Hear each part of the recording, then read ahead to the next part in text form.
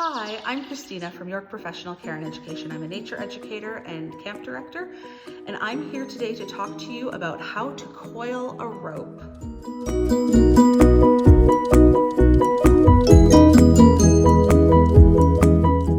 Now, if I have a longer length of rope, I don't have one here with me, it's a bit unwieldy, but if you have a long rope, you're going to be spanning a long distance, you're going to want to make a longer loop. And now you can do that with found objects.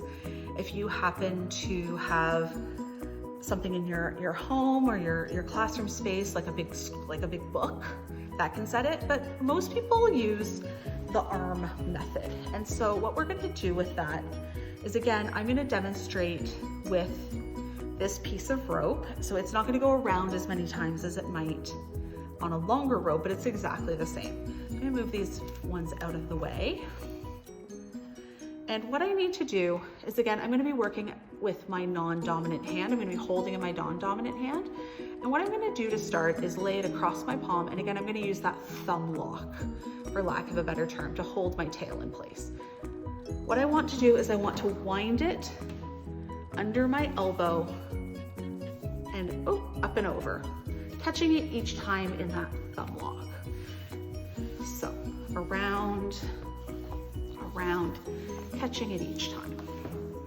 Now, when I have a tail left, what I can do is I can slide this off and grab it in the middle. And just like we did before, we can do my nice, easy. And here again, I've grabbed this the other way, but I'm always aiming to trap my loop right there, so that has that nice bend. I can do the same technique as before, where I go around and around and around and tuck it through one of its most recent loops. So again, this is a really, like I said, it's my favorite way to do it.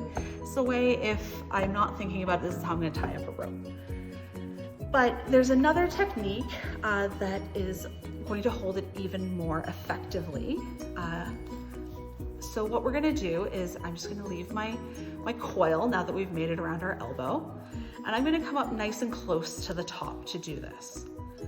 When I think about this, I need to make sure my rope, it's going to sound funny, is coming down from the loop when it's time. So what I'm going to do is I'm actually going to back up to here.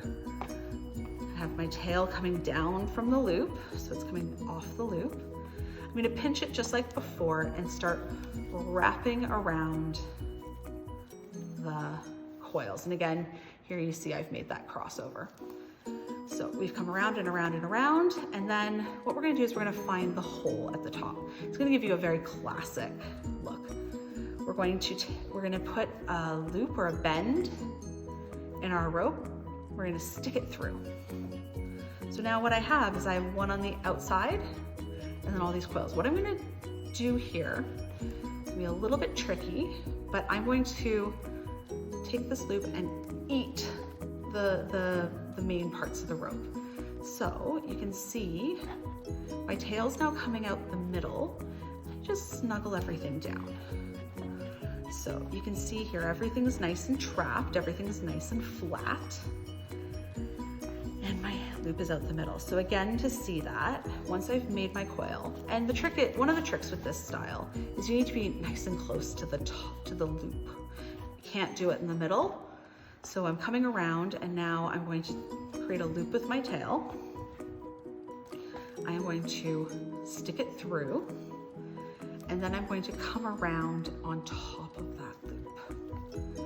So then I'm just gonna, you'll know you've done it right when you see the tail goes in, it goes around the outside, and it comes out, and this nice bar is at the top. So snuggle everything down, pull everything nice and tight, and you're gonna get that very classic mountaineering. It looks like you're gonna head off to mountain climb with this rope.